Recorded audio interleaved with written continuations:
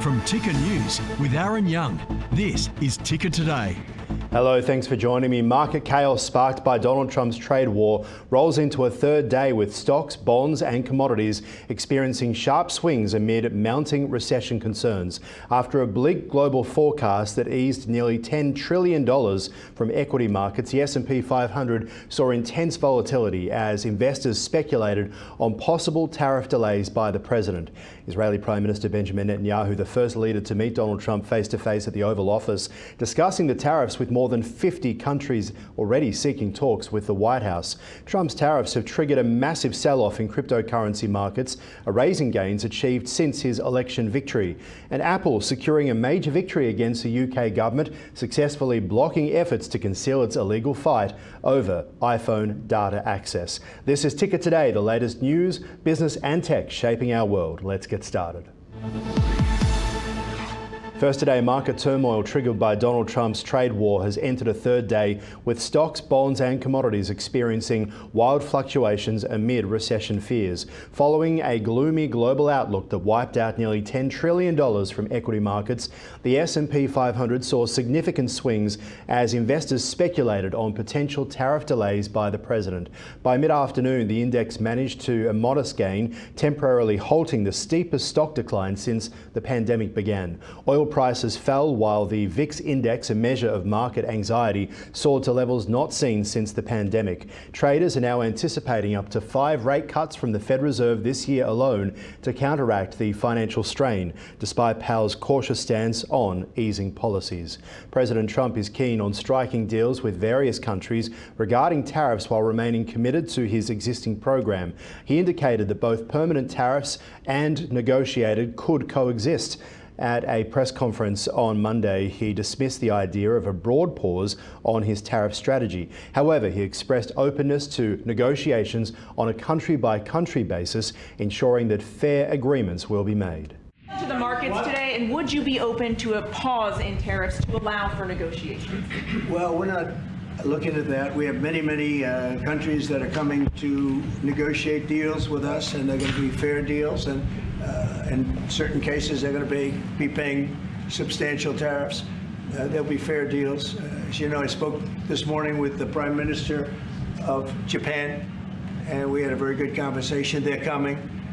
And I said, one thing, you're going to have to open up your country, because we sold no cars, like 0 cars in Japan, and they sold millions of cars into our country.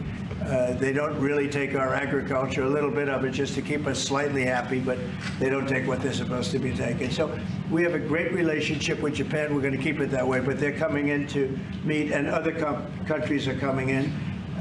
With China, as you know, against my statement, they put a 34% tariff on above what their ridiculous tariffs were already.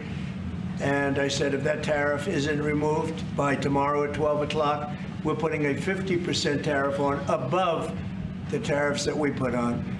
Meanwhile, Israeli Prime Minister Benjamin Netanyahu has become the first leader to meet with Donald Trump in person to discuss the tariffs, with over 50 countries already reaching out to the White House for talks. They spoke for several hours. Here is the Israeli PM. I can tell you that I said to the president a very simple thing. We will eliminate the trade deficit with the United States. We intend to do it very quickly. We think it's the right thing to do.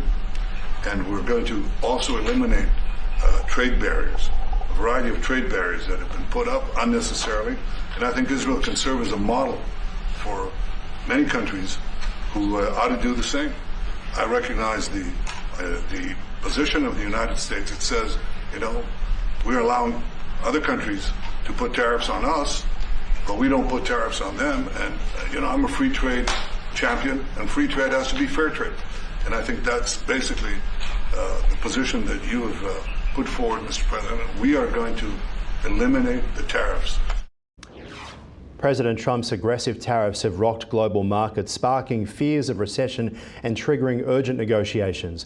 Asian stocks tumbled, with Taiwan experiencing its worst one-day drop on record.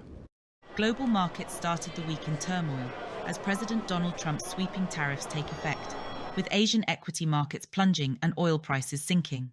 Stocks in mainland China and Hong Kong cratered, while Taiwan's shares experienced a record 10% drop. Australian shares suffered their biggest one-day fall since COVID-19. The ASX 200 plunged more than 6% at the open, with no sector spared from the sell-down.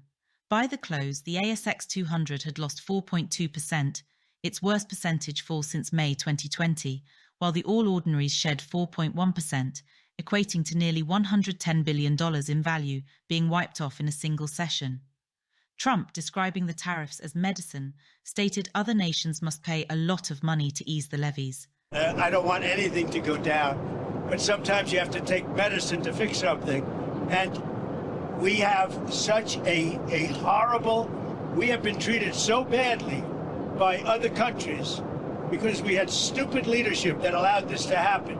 They took our businesses, they took our money, they took our jobs, they moved it to Mexico, they moved it to Canada, they moved a lot of it to China. The tariffs, reaching up to 50%, have sparked fears of recession, with US GDP now projected to decline by 0.3% this year. As financial leaders scramble to stabilize markets, uncertainty continues to weigh heavily. Meanwhile, several countries, including China and Japan, are engaging in talks to mitigate the economic fallout. Donald Trump's sweeping tariffs have triggered a dramatic sell-off in cryptocurrency markets as well, wiping out gains made since his election win. Bitcoin, Ether and other digital assets are plunging as investors now seek protection from mounting economic uncertainty. If crypto investors had hoped for a president for crypto, this week brought a sharp reality check. The cryptocurrency market has taken a sharp hit as President Trump's aggressive tariff policies spark a sell-off across riskier assets.